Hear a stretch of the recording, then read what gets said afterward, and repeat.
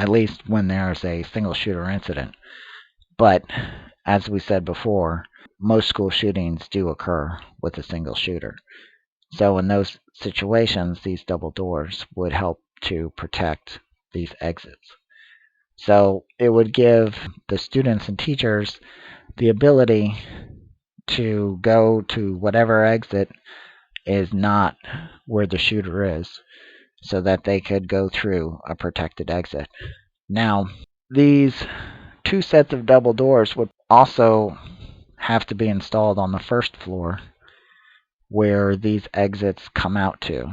If the stairs exit onto the first floor hallway, then you would need another set of these double doors in case the shooter didn't remain on the second floor and instead went down through one of these exits to shoot people as they were coming off the exit from the second floor onto the first floor.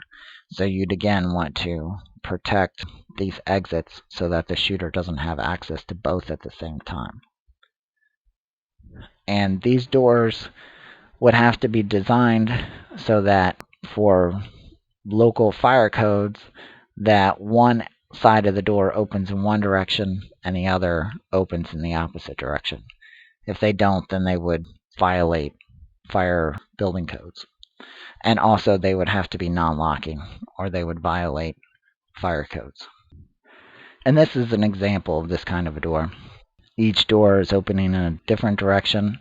They do not lock, and they're held open all the time by an electromagnet.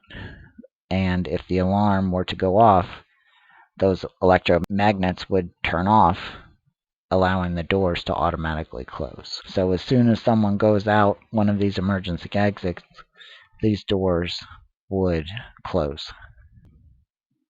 So let's look at how people would evacuate from the school building during a school shooting incident.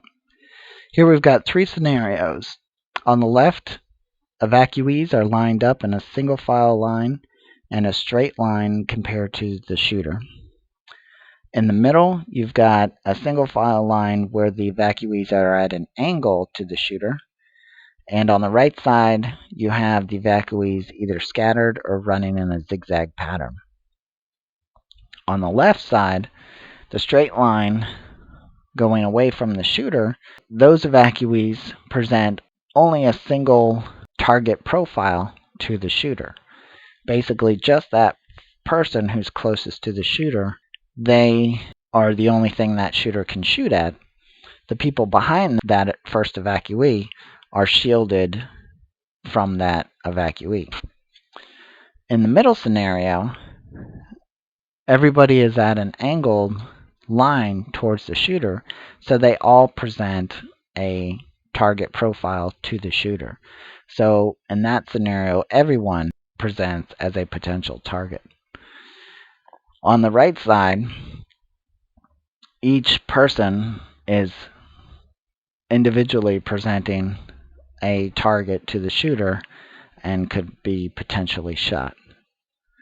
So let's take a look at what would happen if the shooter starts shooting and the number of people who would be injured in each scenario.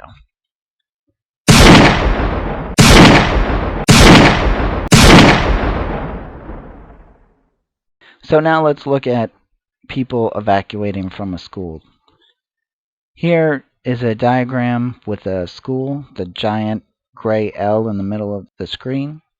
There is a heating and air conditioning unit, the blue box at the back of the school, 4 trailers behind the school in brown, lots of vegetation around the school campus, a parking lot on the upper right-hand side with various cars in it, 2 nearby houses or other buildings to the lower right side, a road driving past the school at the bottom of the screen, and a hill that gets lower towards the road.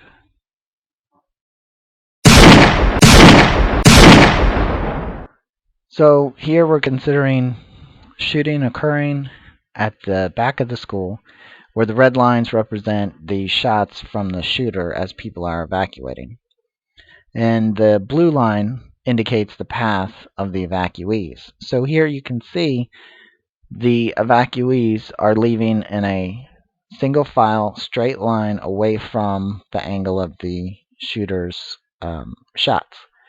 And they maintain this until they can get behind shielding, such as the heating and air conditioning unit, as well as the building of the school and various cars in the parking lot. Here they're using the building as well as bushes and a nearby building as protection. In this scenario, there's less shielding, so the evacuees are using their single file straight line approach to limit the profile that they present to the shooter. But they are using one piece of shielding with the tree, where once they get past that tree, it's not that the tree is so large it's blocking any bullets coming through, but if they keep that tree between them and the shooter, the tree will act as a partial shield, casting a shadow against those evacuees until they can eventually go downhill and get out of the line of sight from the shooter down by the road. So these are my recommendations for those of you on school boards or who have the authority to make changes to schools. These would be recommendations not just for new schools that are in the planning process before they're even built, but also to retrofit existing schools so that they also are safe during a school shooting incident. So the recommendations are to convert all exit doors so that they are unchainable, and to add additional exits to each classroom so that the exits go directly to the outside of the building.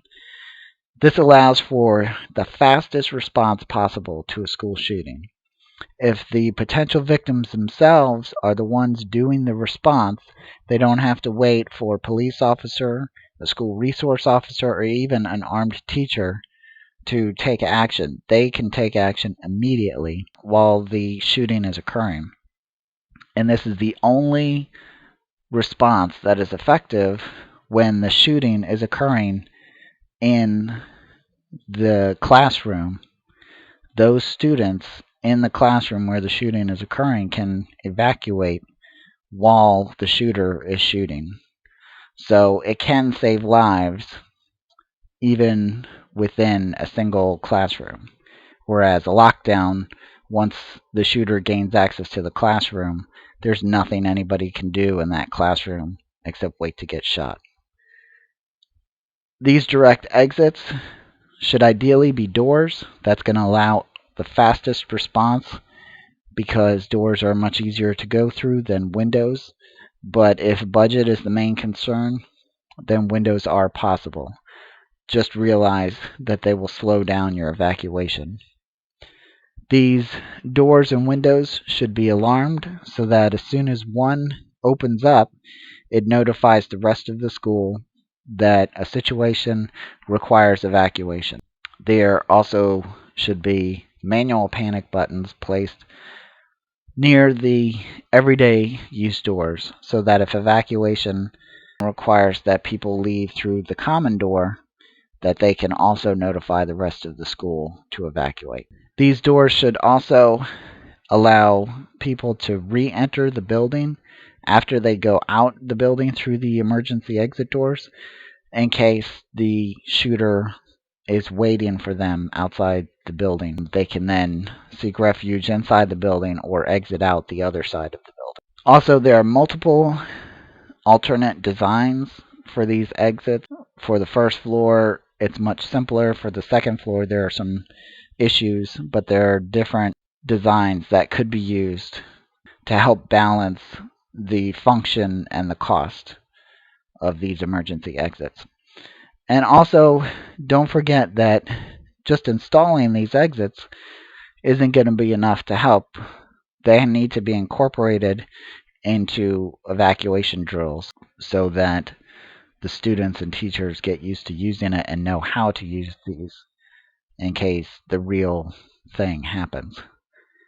So I ask that you please consider these changes to your school systems, as they have been proven to save lives in many school shooting incidences, and they do provide the fastest response possible in a school shooting incident. So thank you very much, and thank you for considering my recommendations.